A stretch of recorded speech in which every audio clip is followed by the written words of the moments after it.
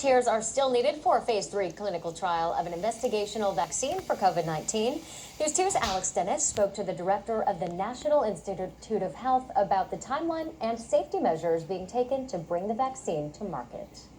Dr. Francis Collins, director of the National Institutes of Health, is ready for answers. We all want to figure out how to put this COVID-19 virus, this bad guy, in the rearview mirror. The NIH has started the mRNA 1273 vaccine trial in 89 clinical research sites in the U.S. located in emerging hot zones. We know this virus is out there in Nashville. This is a place where we want to test it and see if it works. The phase 3 trial will take place at Vanderbilt, and the following volunteers are needed: those over the age of 18 with frequent close contact with others who may be infected, like healthcare, factory, and retail employees, people over the age of 65 with or without risks, and those younger than 65 with at least one risk factor, such as chronic lung disease, asthma, cardiac disease, severe obesity, diabetes, or liver disease. It's a 1 dose on day 1 and another dose on day 28. It's a 2-dose vaccine. And then you get watched for 2 or 3 months to see what happens. What would you say to those who are concerned that in an effort to prove efficacy quickly,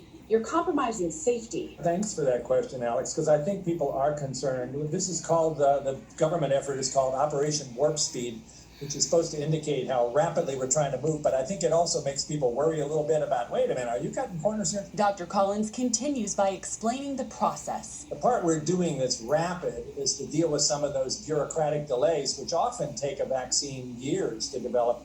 And none of those are being allowed. But the actual conduct of the trial and the assessment of the results will be as rigorous as it has ever been. And the FDA will not approve any vaccine that doesn't measure up to the highest standards of being safe and effective. Alex Dennis, News 2.